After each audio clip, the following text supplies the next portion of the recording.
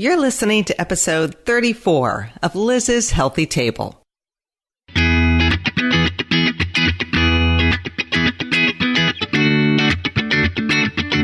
Looking for a healthy new way to feed your family without the hassle and hype? Welcome to Liz's Healthy Table, where your host, registered dietitian nutritionist Liz Weiss, serves up fresh and flavorful recipes with a tasty side of science, good nutrition, and fun.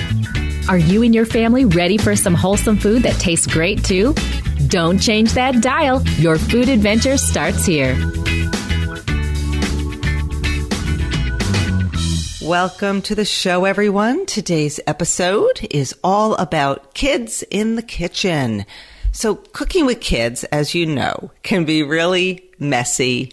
It can be zany. It can be rewarding because if you think about it, teaching kids how to cook really does set them up for a lifetime of healthy eating. You're giving them skills like you're teaching them how to peel a carrot, how to slice an apple. And these things do come in handy when they eventually become adults because voila, they know how to prepare fruits and vegetables and they're kind of set up to eat a healthier diet.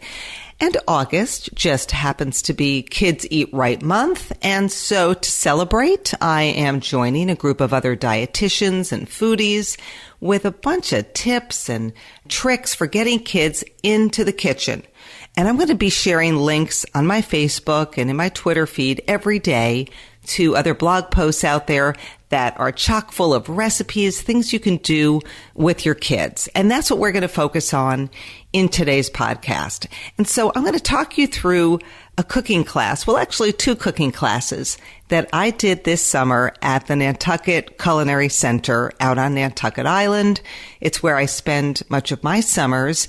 And I'm going to kind of talk you through this kid parent or kid adult class that I gave. And I'm going to tell you about the recipes. And I'm going to really walk you through two of my favorites. The first is a recipe for roasted cauliflower steaks with pistachio pesto. I know it sounds really elaborate and fancy, but it's super easy. And it's the kind of recipe that adults will definitely want to make with their kids, but eventually kids, when they get a little bit older, can pretty much make themselves. Delicious. It could be a side dish. It could be a main meal. I'm also going to talk you through the most, and I promise you this, the most delicious chicken salad ever. It's made with fresh corn kernels, and I'm in New England, and corn is just booming right now, and so I'm going to talk you through that chicken salad recipe. And I've been making it a lot this summer. I have two special guests on my show today. A little bit later in the show, you'll be hearing from my sister-in-law, Karen, aka Mrs. Broccoli. We'll tell you why she's called Mrs. Broccoli a little bit later. And my niece, Daisy, will also be on the show. She's 12 years old. And together, they're going to share some insights into what the world of food and nutrition looks like in London, in England, where they live. And Daisy's going to tell you all about how she's learning how to cook through a special class that she's taking in school. It's not home economics. It's called food tech. It's kind of a sexier way to say home economics. And all of the kids in England are learning how to cook. And they're learning about nutrition. And I'm super jealous. I kind of wish we had that here in the U.S. So as I go through the show today, I want you to be thinking about the things that you love to make with your kids. And think beyond baked goods. You know, it's so easy to bake muffins and cookies. We've all done it, and that's great. Gives kids some really good skills. But what about fruits and veggies? What kind of creations do you like to make with your kids? Or what could you make? And actually, a couple of weeks ago, I posed that question on my Facebook page. I have a closed group. It's called the Podcast Posse. If you're new to my show, head on over to the website, lizshealthytable.com. Click through to the podcast page. And in the right sidebar, you'll see a little button to join the Podcast Posse over on Facebook. And so if you join that group, I tend to ask a lot of questions. I tell you what's kind of cooking on the blog and cooking on the podcast. And you're usually, the first to know. And so I posed this question: what do you love to make with your kids? Got a lot of great responses. Suzanne told me that she loves to make pasta and pizza with her kids, and that they grow a garden and they pick their vegetables together. And of course, when you grow a garden and you pick your veggies, it's kind of like endless, right? Salads, sauteed veggies, roasted veggies, you name it. So Suzanne's been having fun with that. Michelle told me that she and her 6-year-old recently made a blueberry galette. That's kind of a fancy name for a rustic fruit pie. And she also made a couscous salad. And she said even though her daughter tried it and didn't like the final products, she told me, "That's okay, Mommy. I had fun and I just love helping you in the kitchen." And Michelle told me that she considers that a win in her book. And I could not agree more. And Anna, she said that, listen to this, she recently made curried chicken with her kids, blueberry pancake, and a delicious grated carrot salad, just to name a few. So get in the kitchen and let's get cooking. Liz's Healthy Table is brought to you by my friends at superhealthykids.com. It's your one-stop shop for recipes, meal plans, cooking videos, lots of tips for feeding kids of all ages. My show is also brought to you by the Parents on Demand Network. Now, this is an app filled with parenting podcasts that you can download to your phone. They have shows like Preschool and Beyond. Now, that's a show that I've actually been a guest on. It's a fantastic show if you have preschoolers. They tackle all sorts of issues, nutrition, cooking, just great advice on how to raise preschoolers. You can check out Preschool and Beyond on the parentsondemand.com website and app. All right, why don't we begin with a look behind the scenes at the cooking classes that I gave this summer at Nantucket Culinary. So I was asked by Nantucket Culinary, it's this beautiful cooking center on Nantucket, and they give cooking classes all year round to adults, to kids. They have cookbook authors that come through, guest chefs. They have their own in-house chef named Greg, who is fantastic. He runs the place with his wife, Joy.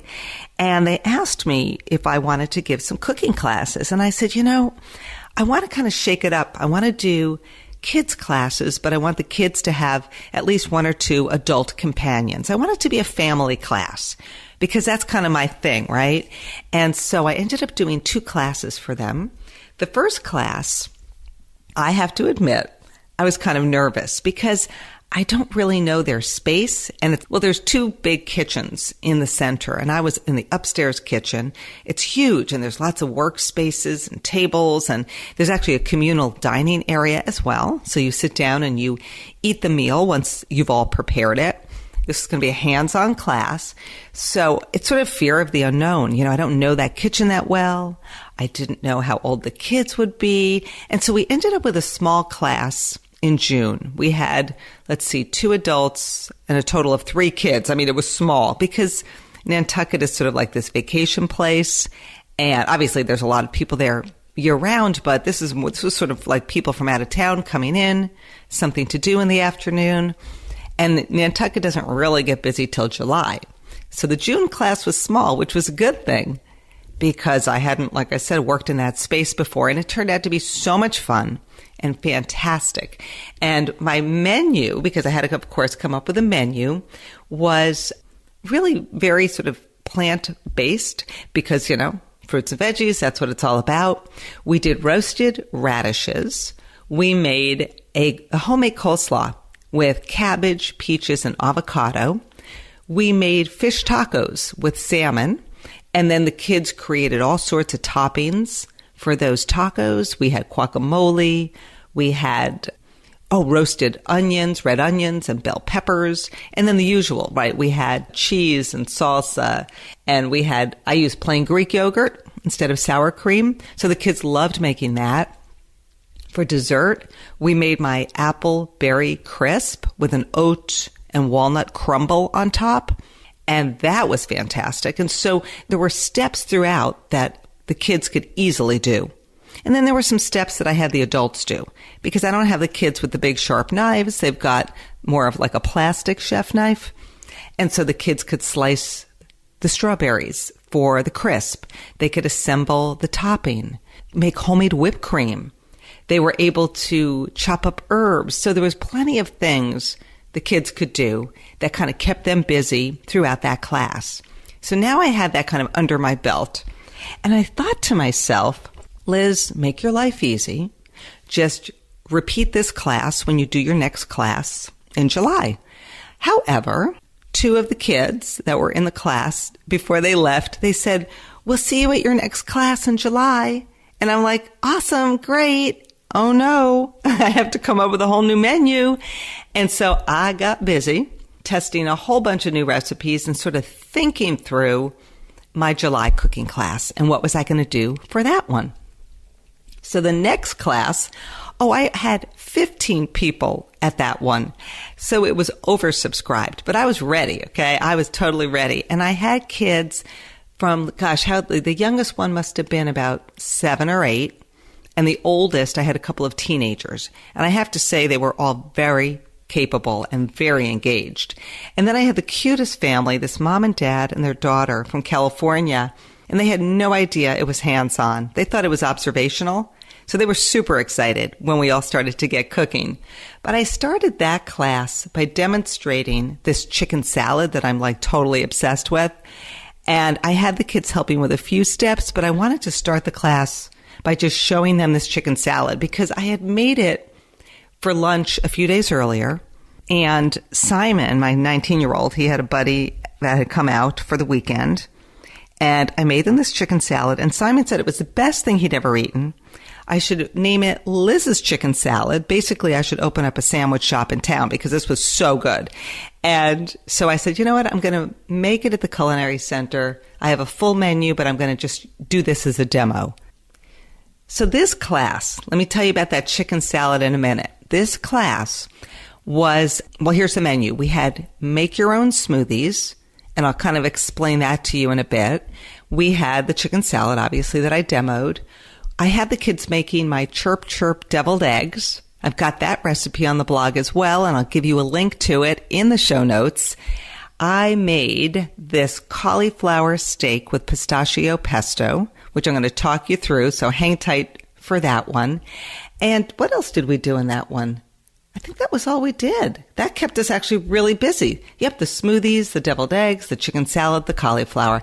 I'm kind of an overachiever, and I would have loved to do more, but really, in reality, that was plenty. So the make your own smoothies was great because I just set up a whole smoothie bar for the kids.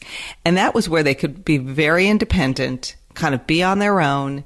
The parents and adults were helping a little bit, but we set up a bunch of blenders and I just laid out all sorts of ingredients. We did 100% orange juice. We did milk, low-fat milk. We did almond milk. I had bananas, blueberries, strawberries, frozen mango. We had baby spinach. We had chia seeds, vanilla Greek yogurt, and I had fresh mint.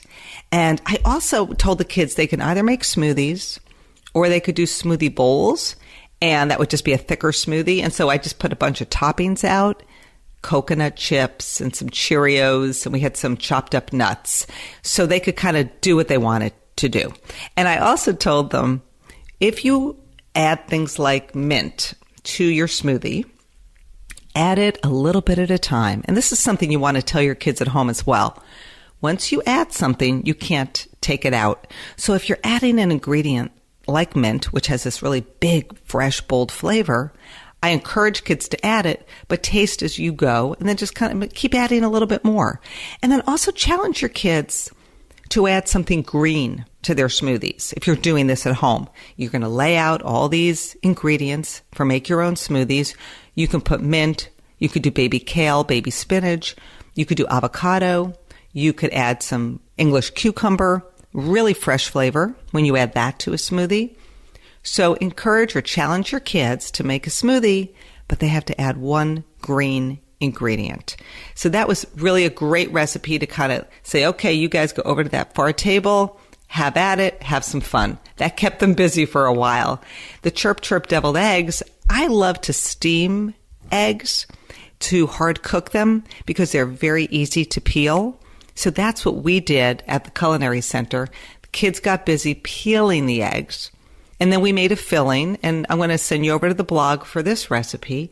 We put the egg yolk filling in a little pastry bag. You could use a little plastic Ziploc. Just cut a little hole in one of the corners, and then cut a pipe the filling into the egg white halves. And then they decorated them to look like little chickens. And there was one boy in the class. I think his name was Sam. I think that was his name. And he literally spent like an hour cutting out and just kind of creating the shapes for the little beak and the eyes. He was adorable, and he had it all laid out for us. And he sort of took over and supervised that whole area. So deviled eggs, another great thing you can make with your kids. And then there was the cauliflower steak with pistachio pesto. But before I tell you about that one, let me tell you about the chicken salad, because this is very easy. You can actually do this at home, like go to the store, buy your ingredients, and make it tonight. So you could either use chicken from a rotisserie chicken, because then you don't have to spend any time making your chicken, or you could get a pound of boneless, skinless chicken breast and just grill it or bake it. And then once it's cool, just cut it into like 1/4-inch dice, so tiny little diced pieces of chicken. You're going to end up with about 3 cups of chicken. Add it to a bowl, and now have your kids help you build the chicken salad. You want to take an ear of corn, so say you've had corn on the cob the night before, or you're cooking up a bunch of corn on the cob. You could grill it, or you could cook it traditionally, stovetop in boiling water. And then just remove the corn kernels with a sharp knife. Adults will want to be doing this, but remove the corn kernels from that ear of corn, and you're going to end up with about 1/2 cup of corn kernels. And this will taste much better with fresh corn versus frozen, but you can use frozen thawed corn kernels for sure. And then I like to add tarragon. And tarragon is this French herb. It's fresh, it's summery. You'll need about 2 teaspoons of chopped fresh tarragon. And then you want to add a tablespoon of Dijon mustard. You could do honey mustard, but I like the Dijon. And then about 1/3 cup of low-fat mayonnaise. And you could use regular mayonnaise. I like the low-fat. Salt and pepper. Mix it all up, and you're done. And that chicken salad is great on sandwiches. It's really great if you were to, say, add it as a scooper on top of a halved avocado. But the kids can help you mix that together. And during the class, because peas were in season, this was back in early July, I had the kids add some fresh peas to it as well. And that, to me, was like summer, right? That just tasted like summer.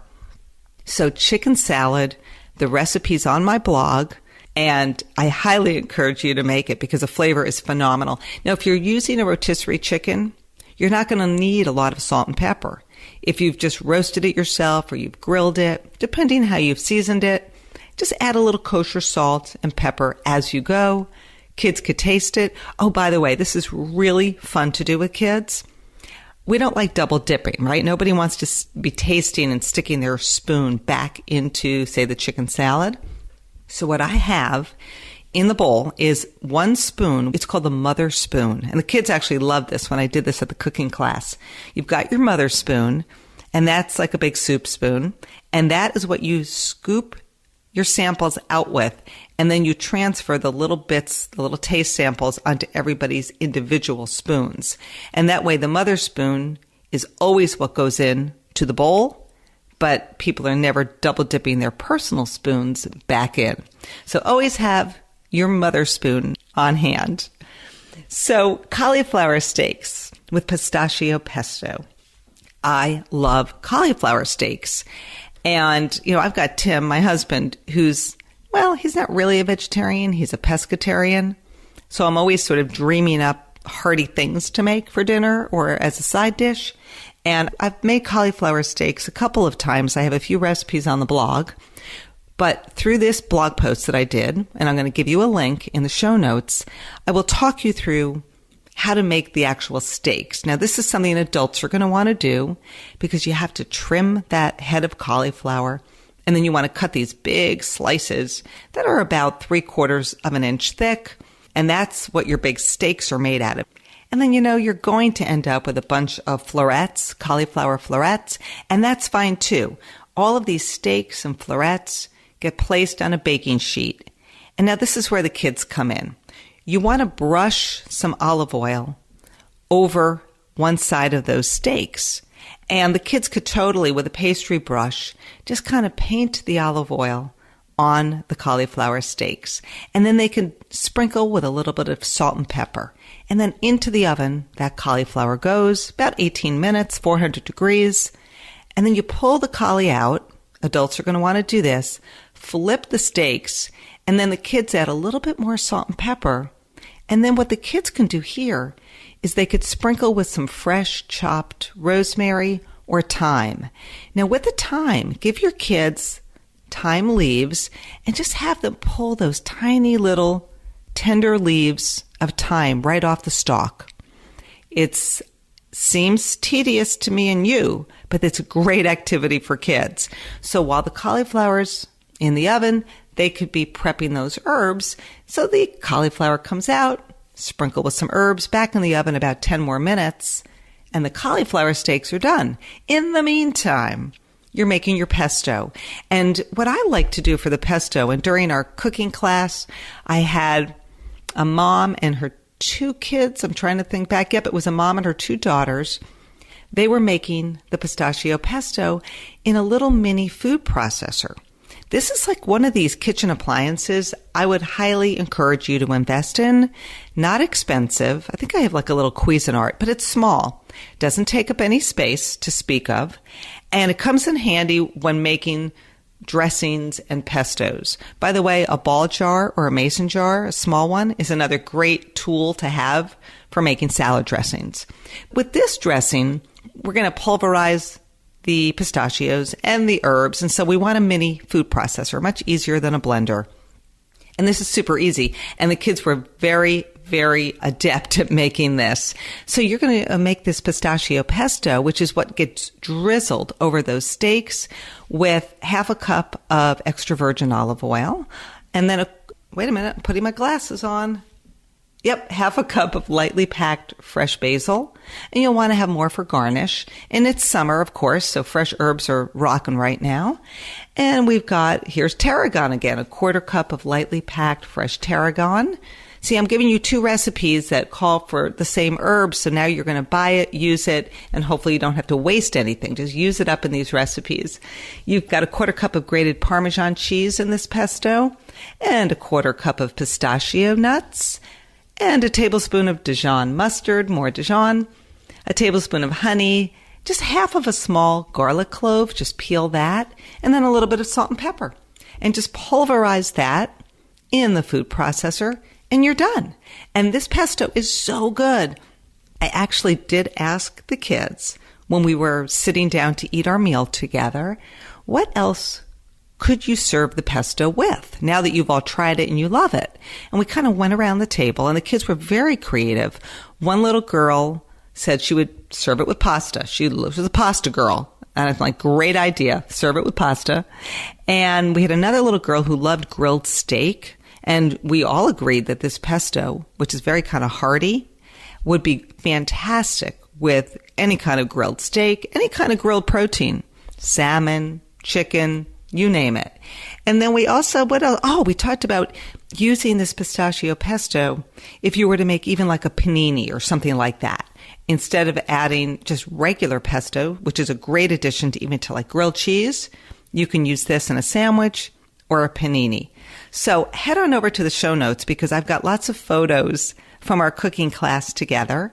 I've got links to the cauliflower steaks with pistachio pesto and links to the chicken salad. I'm going to link you over to the deviled eggs. And what else did I say I would link you? Oh, the berry crisp. So there was so much fun, so much action in this cooking class. And what it tells me is that kids are becoming much more sophisticated in the kitchen.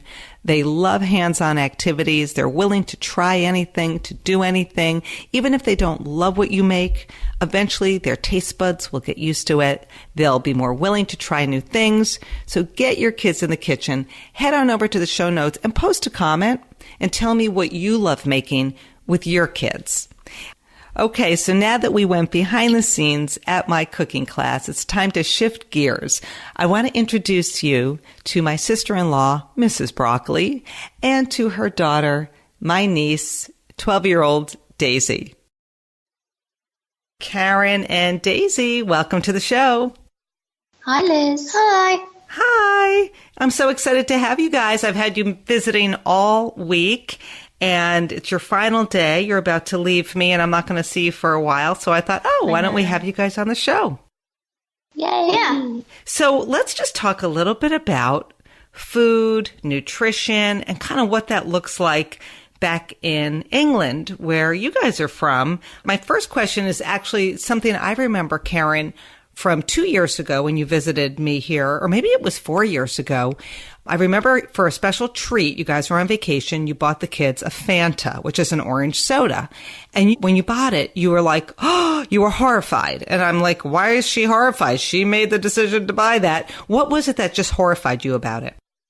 Because it had all these additives that we don't have at home. And also it was really, really bright orange in a way that ours isn't. So that made me look at the ingredients, and then I saw that it had all these additives, and it just freaked me out. It was all the artificial colors, which were sort of banned, if you will, back in England. But now in the U.S., we've finally caught up, and a lot of these artificially colored foods are now naturally colored, which is great. Yeah, definitely. So, the color thing happened quite a long time at home. I don't remember when, but I did notice that when I was here last time that things were much brighter in color.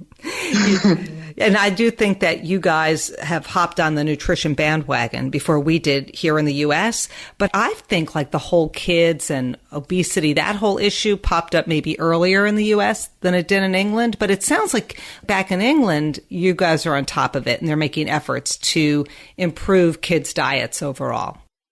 Definitely. So my kids don't have school dinners. They have packed lunches, but they're kind of checked. In the elementary school, they're not allowed to bring crisps in. They're not allowed to bring sodas in. You know, they can only bring fruit and a sandwich and water, and that's really strict. Really? So you're saying what you pack from home actually is kind of regulated by the schools? To a certain extent, the teachers do check. I mean, some kids do sneak stuff in, but they're not supposed to. Are parents upset about that? If that happened in the U.S., parents would say, whoa, you can control what you're selling for school lunch. You call that school dinners. But I'm going to pack what I want to pack from home. You're saying that you're given guidelines and you're encouraged to stick to them? Yeah, absolutely. There was even one time when Stan, my son, as you know, he brought a little, it was like a tracker bar type thing to school. And one of the teachers, because it had some chocolate in it, took it away from him. Ooh. Yeah. Were there tears? I think there were some tears, and I was a little bit cross too. At who, the school or Stan? I was a little bit cross at the school because I had tried to make an effort to make sure that it was a reasonably healthy one. And when you say a tracker, is that like a granola bar? Yeah, like a granola bar, yeah. Okay.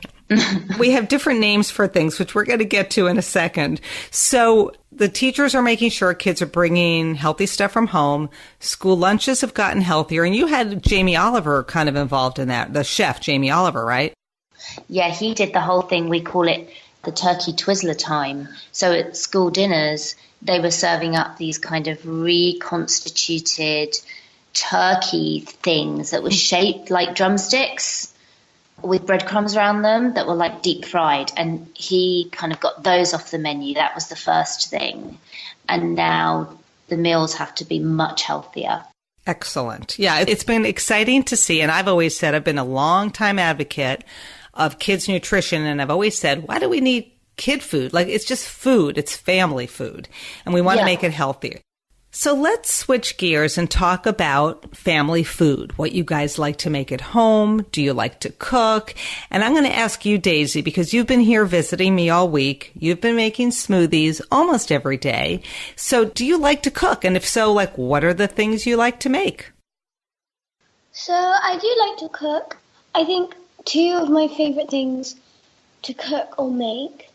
To cook would be pancakes because they're easy to make and they're simple, but it also teaches you basic skills like how to use the oven and how to use the pan and like flip it and stuff, and I think that's really useful.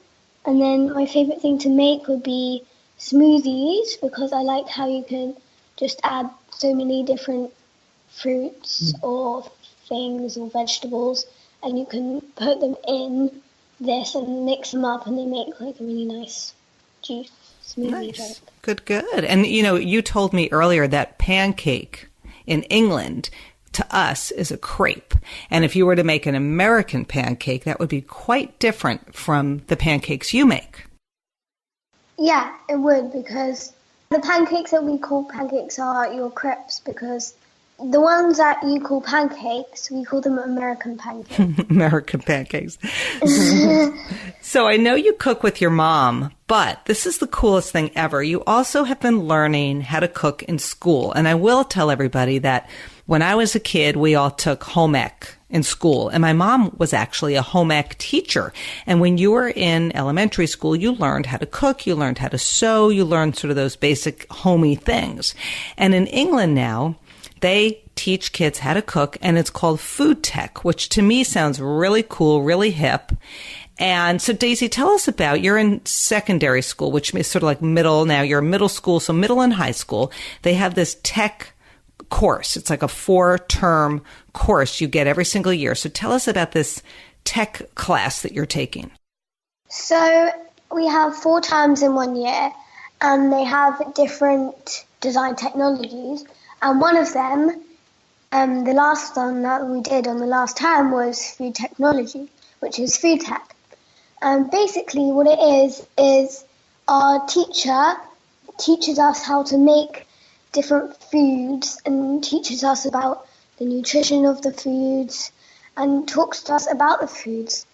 So yeah, it's really exciting. And the first thing we made, I think we made bread rolls. Oh yeah, that was it. You made rolls. And what she does, yeah. And what she does was, so we have a series of weeks throughout the term. So the first week, she would make the bread rolls and talk to us about the ingredients we're using.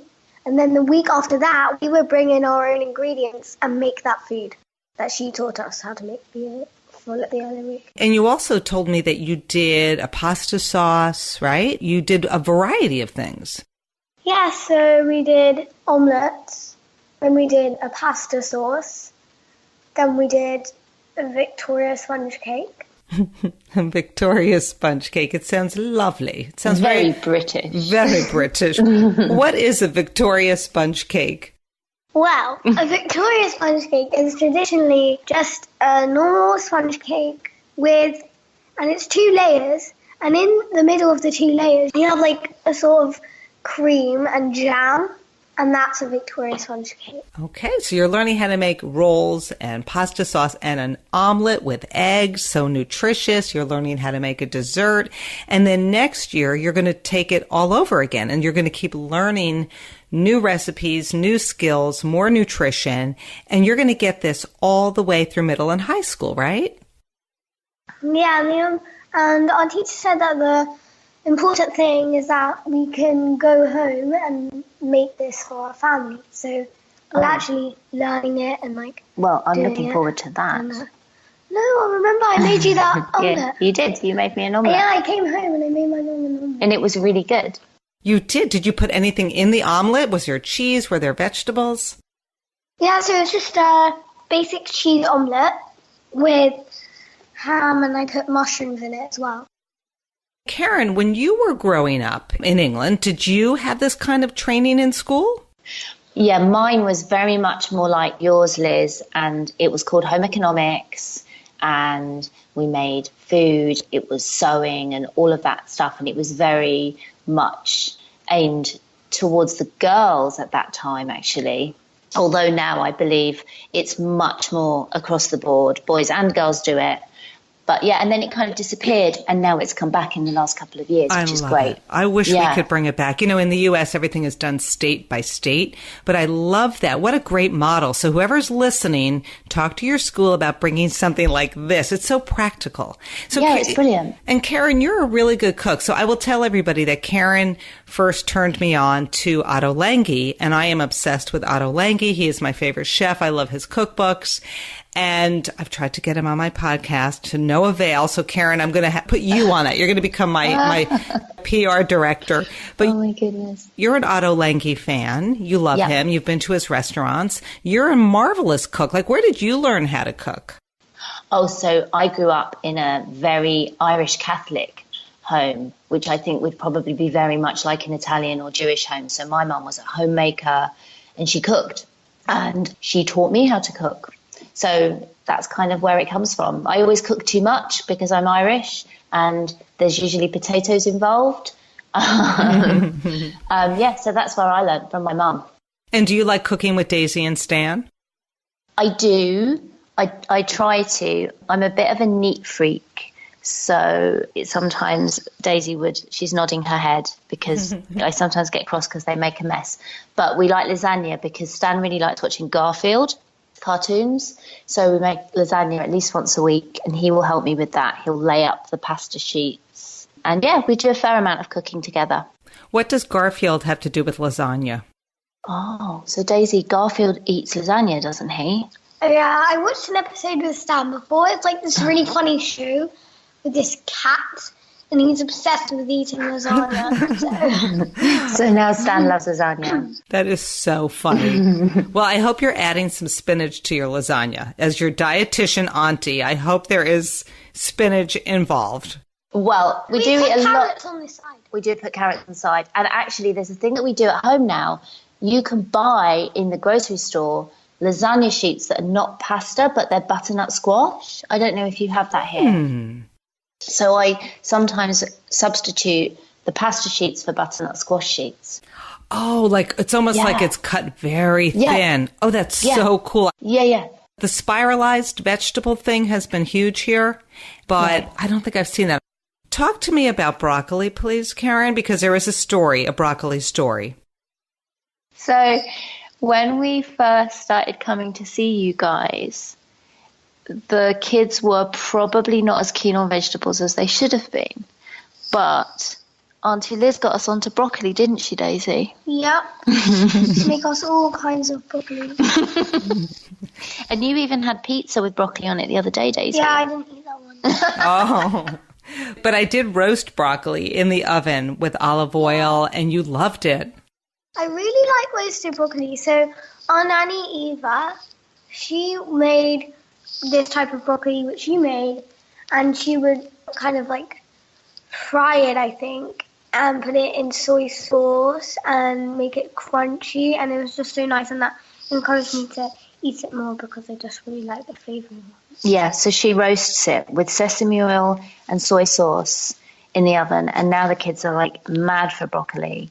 And also my Instagram handle is Mrs. Broccoli because once when I was trying to get Stan to eat his greens a few years ago, he said, "Stop it, Mrs. Broccoli." And so that's where that came from. But they actually really love greens now. I love that your name is Mrs. Broccoli, and I will say that the kids come to visit with Karen and my brother-in-law, Dick, every other year, and I have seen a huge improvement in the foods they eat, and they eat a ton of vegetables, so I am very proud of my niece and nephew. They eat so much fruit, so many veggies, so kudos to you, Karen. Kudos to Auntie Liz for introducing broccoli. Before I let you guys go, because you are packing and you are leaving me today, and I'm so sad, but when you were taking your food tech class for the first time, Daisy, was there something your teacher taught you about maybe food safety or just being safe in the kitchen? What did she teach you? Yeah, so she did teach us about being safe in the kitchen. We filled out some sheets on what things are called so we could use them. And then when we were doing omelettes, for example, and our pasta sauce, if we wanted to add basil or parsley, she taught us how to put our fingers with a knife so that we don't chop our fingers off. And then when we were doing the omelette, she taught us how to, well, not teach us, but she taught us about the different types of eggs, like organic eggs, free-range eggs, and like the symbols to look on for eggs. And yeah. Very advanced. I'm so impressed, and I cannot thank you guys enough for coming on the show today. Thank you for having us. Yeah, thank you.